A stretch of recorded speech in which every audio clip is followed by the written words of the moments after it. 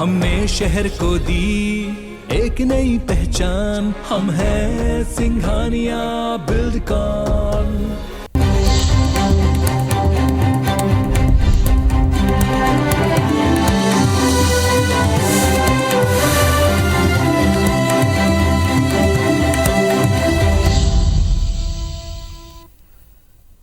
नमस्कार, बहुत स्वागत है आप सबका। मैं हूं पुनीत पाठक और आप देख रहे हैं मेरा मध्य प्रदेश। मध्य प्रदेश की दिन भर की बड़ी खबरें विस्तार से आपको दिखाएंगे और सबसे पहले एक ऐसी तस्वीर जो कई सवाल उठा रही। गुना में छेड़खानी के शक में एक युवक के साथ वो गुनाह हुआ जिसकी कल्पना से भी रोंगटे खड़े हो जाएं। लड़की के परिवार ने युवक को घर से निकाला, उसके हाथ पैर बांधे और सड़क पर घसीटते हुए उसे पीटते रहे। घर की महिलाएं तक उस पर डंडे बरसाती रहीं। अपने पति को बचाने के लिए पत्नी गिड़गिड़ाती रही। पूरा परिवार इस दौरान याचक की भूमिका में था, लेकिन किसी पर कोई असर नहीं। इस दौरान पत्नी जो बचाने के लिए आई थी उस पर भी डंडे की चोट पड़ती रही। इन सब के बीच में युवक का 7 साल का मासूम बेटा वो भी जालिमों से गुहार लगाता रहा कि मेरे पापा को छोड़ दो, लेकिन सबके सर पर ऐसी हैवानियत सवार थी कि कोई सुनने के लिए तैयार नहीं था। मोहल्ले के लोग तमाशबीन बने देखते रहे। कई सारे लोगों ने इसके वीडियो बनाए, लेकिन किसी ने भी इस घटना को रोकने की जहमत नहीं उठाई। किसी ने प्रयास नहीं किया कि सच्चाई इस मामले की समझ सकें या कम से कम पुलिस तक मामले को जाने दें और पुलिस इस मामले में निर्णय करे। लेकिन ये मामला और इस तस्वीरों के बाद इस तरह के बर्ताव को लेकर कई गंभीर सवाल उठ खड़े हुए। गुना के नानाखेड़ी क्षेत्र का मामला है। आमने सामने रहने वाले 2 परिवारों के बीच बीते 1 साल से किसी बात को लेकर विवाद था।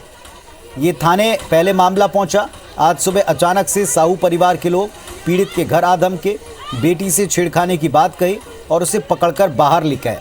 पैरों को रस्सी से बांधा और सड़क पर काफ़ी दूर तक घसीटते ले गए और इसके बाद लाठी डंडों से जमकर पिटाई की। इस घटना के बाद पीड़ित युवक और उसकी पत्नी को अस्पताल में भर्ती किया गया। दोनों की हालत गंभीर बनी। इधर पुलिस ने केस दर्ज किया है। 5 आरोपियों को इस मामले में गिरफ्तार किया है। 3 आरोपियों की तलाश की जा रही है।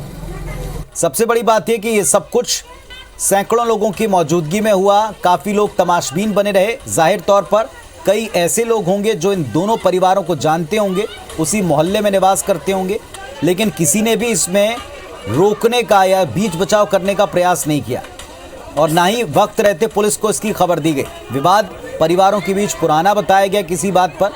अगर ये मामला पुलिस तक था और इस तरह की घटना थी तो क्यों सूचना पुलिस को नहीं दी गई और क्यों इस मामले में इन सारी तस्वीरों के सामने आने के बाद एक्शन हुआ, ये समझ से परे।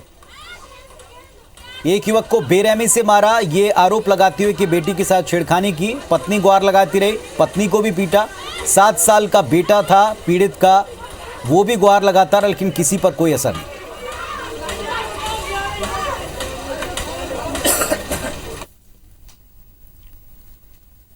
मुख्यमंत्री शिवराज सिंह चौहान ने भोपाल से जल जीवन मिशन में लाभान्वित ग्रामीण परिवारों से वीडियो कॉन्फ्रेंसिंग के जरिए आज संवाद किया। जल जीवन मिशन में जिन जिलों के ग्रामीण परिवारों तक नल से जल पहुंचाया गया, उनमें से 16 जिलों के एक गांव को चुना गया। मुख्यमंत्री ने ग्रामीणों, जनप्रतिनिधियों, ग्राम जल एवं स्वच्छता समिति के सदस्यों से वर्चुअली नल से जल आपूर्ति पर आसानी और जल जीवन मिशन की योजनाओं के संचालन पर संवाद किया है। मध्य प्रदेश में 4044 गांव ऐसे हैं जहां हर घर में जल की उपलब्धता सुनिश्चित की जा चुकी है। मिशन में पीएचई विभाग और जल निगम की ओर से प्रदेश के लगभग हर जिले के ग्रामीण क्षेत्रों में नल से जल प्रदाय की योजना पर काम हो रहा है। मुख्यमंत्री ने कहा कि सरकार 2024 तक हर घर में जल पहुंचाएगी।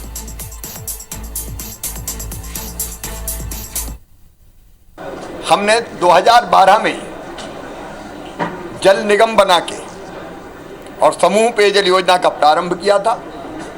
एकल पेयजल योजनाएं भी कई बनी। उसके पहले हैंडपंप से पानी देते थे, लेकिन अब संकल्प है कि हर गांव में शुद्ध पेयजल नल के माध्यम से घर में टोटी वाला नल लगा के देंगे। मुख्यमंत्री शिवराज सिंह चौहान ने आज सुबह 11 बजे प्रदेश में कोरोना संक्रमण के हालात की समीक्षा की। बैठक में प्रदेश में कोरोना संक्रमण की गति और रोकथाम के लिए की गई पाबंदियों पर बात हुई। पाबंदियों को लेकर दोबारा रिव्यू किया जाएगा। इसके पहले एक्सपर्ट की राय ली जाएगी। मुख्यमंत्री शिवराज उसके बाद बैठक लेंगे।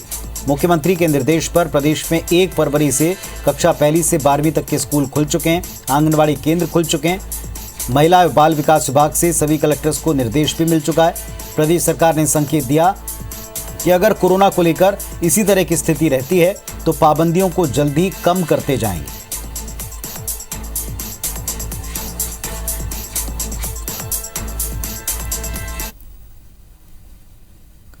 मध्य प्रदेश में नाम बदलने को लेकर के सियासत लगातार जारी है। भोपाल में बीजेपी विधायक रामेश्वर शर्मा ने वीडियो जारी कर ओबेदुल्लागंज और शाहजहानाबाद के नाम बदलने की मांग की। ओबेदुल्लागंज का नाम रामगंज करने और शाहजहानाबाद का नाम बदलने की मांग भी की। कहा कि गुलामी के सारे चिन्ह मिटा देने चाहिए। हुमायूं, बाबर, अकबर, औरंगजेब ये सभी लुटेरे थे। वहीं नाम बदलने को लेकर कांग्रेस ने फिर तंज किया है। कांग्रेस विधायक पीसी शर्मा ने कहा कि नाम बदलने से शहरों की तस्वीर नहीं बदलेगी। बीजेपी विकास की बजाय केवल नाम बदलने की सियासत कर रही। बीजेपी गौशाला, कोरोना संक्रमण, अवैध खनन जैसे मुद्दों में नाकाम है। 8 फरवरी को होशंगाबाद का नाम नर्मदापुरम किए जाने का फैसला हो चुका है।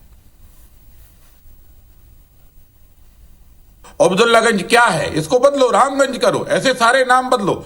शाहजहानाबाद क्या है, इसके बदलो। अब आजादी का 75वां वर्ष मना रहे हैं, हिंदुस्तान आजाद है। भारत के प्रधानमंत्री जी का हृदय से धन्यवाद कि कलंक के निशानों को मिटाकर स्वाभिमान और आराधना के नाम देने के लिए मध्य प्रदेश की जनता की ओर से धन्यवाद। कंफ्यूजन होगा लोगों को। अब नर्मदापुरम संभाग की बात हो रही है, शहर की हो रही है, लेकिन इससे तस्वीर नहीं बदलेगी। नाम बदलने से तस्वीर जब बदलेगी जब वहाँ विकास के काम होंगे। सब इनके ढोंग चल रहे हैं और इनके पास नाम बदलने के अलावा कोई काम बचा नहीं।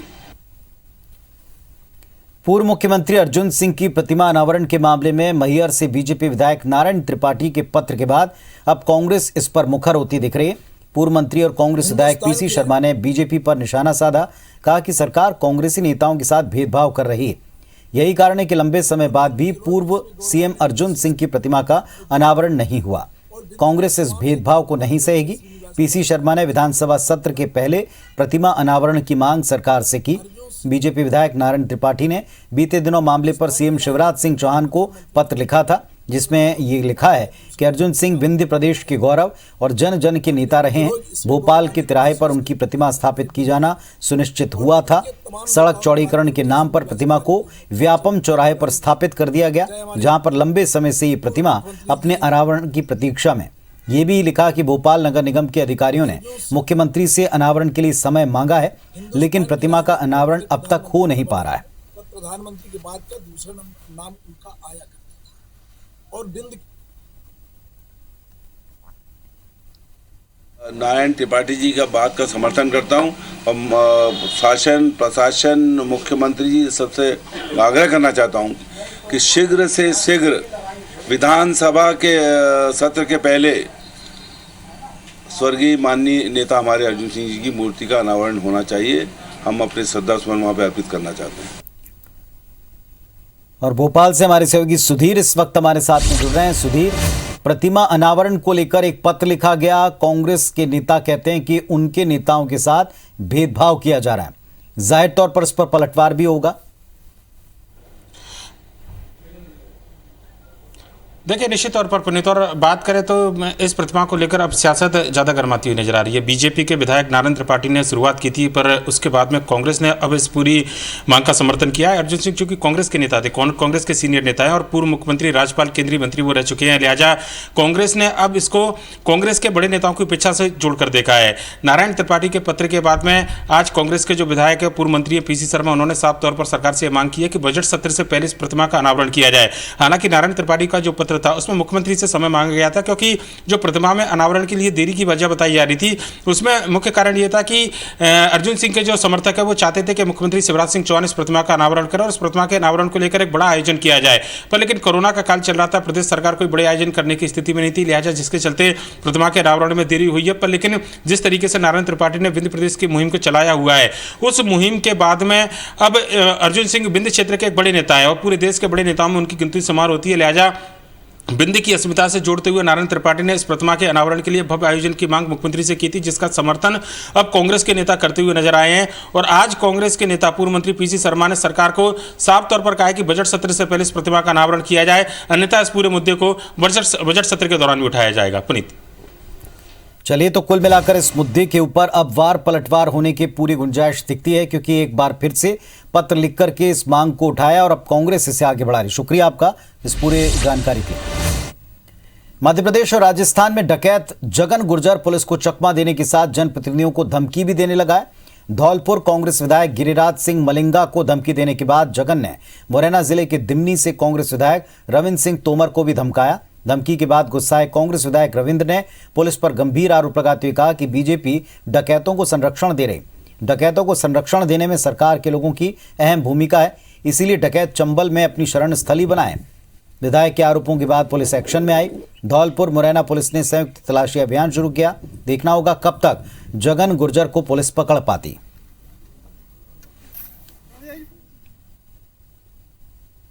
जगन गुर्जर जिसका आपराधिक इतिहास है, उसने जिस प्रकार से जो वीडियो डाल करके एक जनता में दहशत पैदा करने की कोशिश की, यदि वो इतना बड़ा बहादुर है तो चैलेंज रख करके, समय रख करके, तय कर करके आया। मैं तो मलिंगा जी ने भी कहा, मैं भी कह रहा हूँ इस बात को। चंबल की सरहद से लगने वाले थाना सराय छोला, देवगढ़, चिन्नौनी और अपना बागचीनी थाने हैं। इनमें चंबल की सरहद से लगते हैं, जहाँ लोग नाव के जरिए या अन्य वाहनों से सीधे आ जा सकते हैं। जो भी हमको सूचनाएं मिल रही हैं, सभी थाना प्रभारियों को बताया है कि पर्याप्त मात्रा में जो हमने उनको बल प्रदाय किया है, तो उसमें वो अपना जहाँ सूचनाएं मिलती हैं तो वहाँ तत्काल रिस्पॉन्ड करें।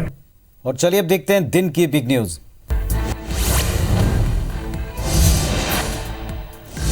एआईएमआईएम चीफ असदुद्दीन ओवैसी की कार पर फायरिंग के बाद उन्हें लोकसभा की कार्यवाही में हिस्सा लिया। उन्होंने इस दौरान उन्हें दी जाने वाली सुरक्षा पर जवाब दिया। कहा कि मैं घुटन वाली जिंदगी नहीं जी सकता। उन्होंने जेड कैटेगरी की सुरक्षा लेने से साफ इनकार कर दिया। कहा कि ये कौन लोग हैं जो गोली पर भरोसा करते हैं, बैलेट पर नहीं करते।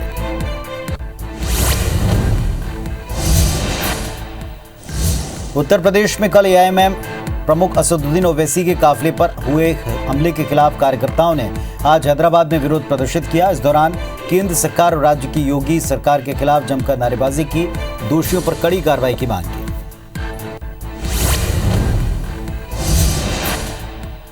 गणतंत्र दिवस परेड 2022 की सर्वश्रेष्ठ झांकियों और सर्वश्रेष्ठ मार्चिंग टुकड़ियों के लिए परिणाम घोषित किए गए। उत्तर प्रदेश की झांकी को परेड में भाग लेने वाले सभी राज्यों में सर्वश्रेष्ठ झांकी के तौर पर चुना गया। उत्तर प्रदेश की झांकी एक जिला एक उत्पाद और काशी विश्वनाथ धाम विषय पर केंद्रित थी। दूसरा स्थान पारंपरिक हस्तशिल्प का पालना पर आधारित झांकी के लिए कर्नाटक को मिला।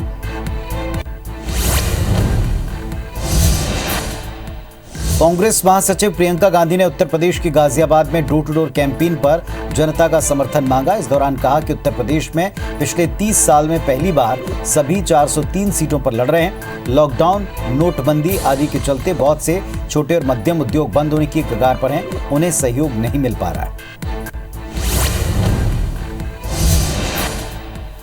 पंजाब में कांग्रेस ने सत्ता में वापसी के लिए पूरी ताकत लगा दी। अब स्टार प्रचारकों की लिस्ट जारी हुई, जिसमें पूर्व प्रधानमंत्री डॉक्टर मनमोहन सिंह, कांग्रेस के अंतरिम अध्यक्ष सोनिया गांधी, राहुल गांधी, प्रियंका गांधी वाड्रा, छत्तीसगढ़ के मुख्यमंत्री भूपेश बघेल का नाम शामिल है। इसके अलावा और भी बड़े नेताओं को स्टार प्रचारकों की लिस्ट में शामिल किया है। नेशनल ग्रीन ट्रिब्यूनल यानी कि एनजीटी की मनाही के बावजूद मध्य प्रदेश के महानगरों में दीपावली के दौरान की गई आतिशबाजी प्रशासनिक अधिकारियों पर भारी पड़ने जा रही। एनजीटी की भोपाल बेंच ने मामले में भोपाल, इंदौर, जबलपुर, ग्वालियर जिलों के कलेक्टर्स के खिलाफ नोटिस जारी किया।